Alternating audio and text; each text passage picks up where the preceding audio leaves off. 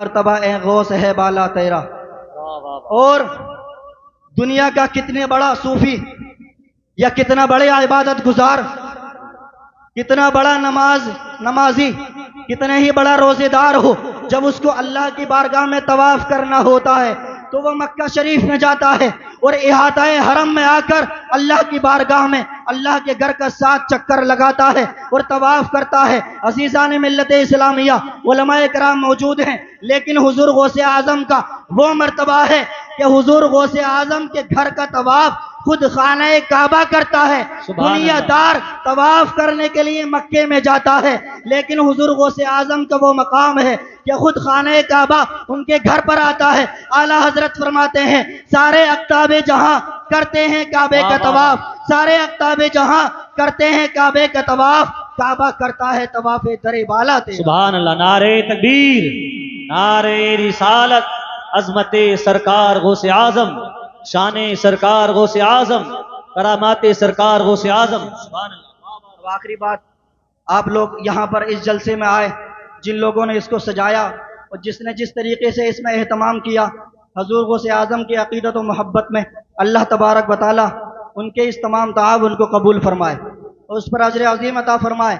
लेकिन इस जलसे में आने के बाद मैं आप सबको एक पैगाम देना चाहता हूँ कि हुजूर गौसे आजम जो इतने बड़े मर्तबे पर फाइज हुए, उनसे जो पूछा गया तो उन्होंने इरशाद फरमाया कि अल्लाह तबारक व तआला ने अगर मुझे कुतुबियत, विलायत या मुझको अल्लाह के नेक बंदों में, महबूब बंदों में जो शामिल किया है, उसकी वजह सिर्फ इल्म दीन है।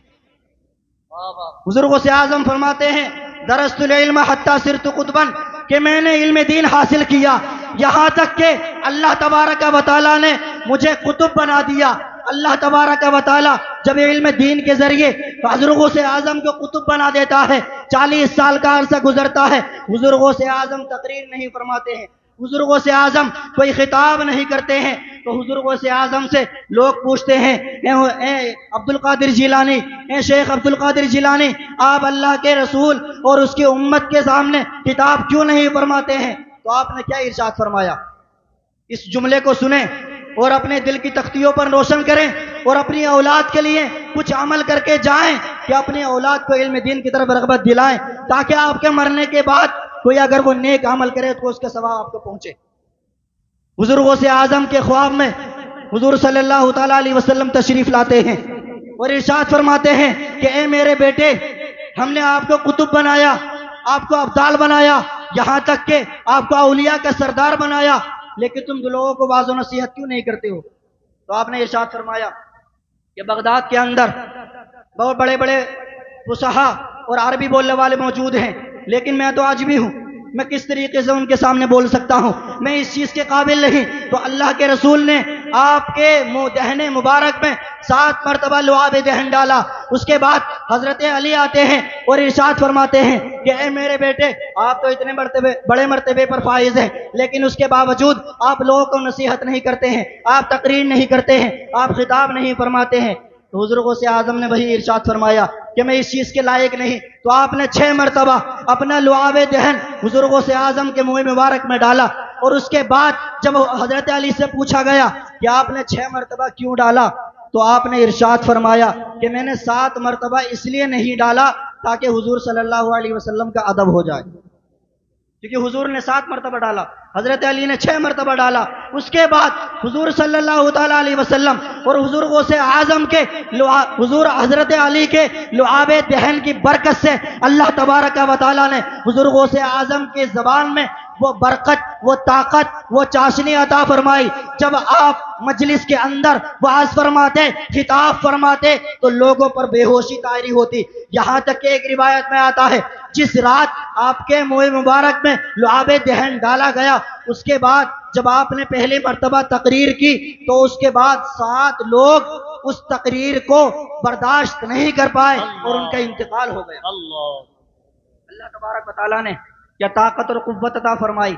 अजीज़ान मिल्लत इस्लामिया, अगर आप हुजूर गौसे आजम के नाम पर 11वीं का एहतमाम करें या मीलाद का एहतमाम करें, तो आप हुजूर गौसे आजम की ज़िंदगी से ये नक्शे कदम लें कि उन्हीं लोगों से आप मीलाद कराएं जो इसके अहल हैं, जो इसके अहल हैं। उन्हीं से मीलाद कराएं, तभी आपके घर में खैर व बरकत नाजिल होती है। वरना तो हदीस पाक है कि अगर कोई फासिक की ताज़ीम करता है तो अल्लाह तबारक व तआला का अर्श हिल जाता है।